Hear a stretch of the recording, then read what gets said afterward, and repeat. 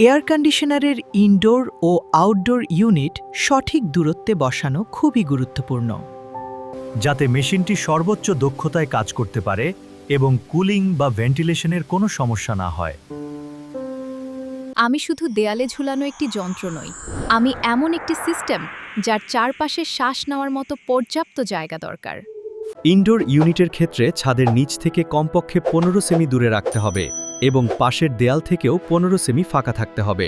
যেখানে বাতাস ঢোকে সেখানে খোলা জায়গা থাকতে হবে, আর যেদিক দিয়ে বাতাস বের হয় সেই দিকটি পুরোপুরি খোলা থাকতে হবে যাতে গরম বাতাস সহজে বের হয়ে যেতে পারে।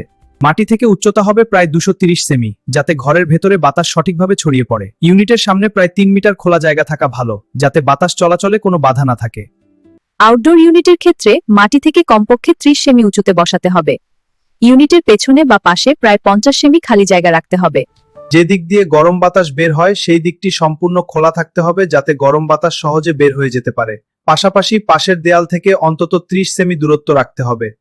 আপনি যদি আমাকে এই সঠিক জায়গা দেন তাহলে আমি আপনাকে ভালো কুলিং এবং দীর্ঘস্থায়ী পারফরমেন্স দিতে পারবো। আর যদি এই দূরত্বগুলো কমিয়ে দেওয়া হয় তাহলে মেশিনের উপর চাপ বাড়বে, তাপমাত্রা বেশি হবে এবং কম্প্রেসরের আয়ু কমে যাবে।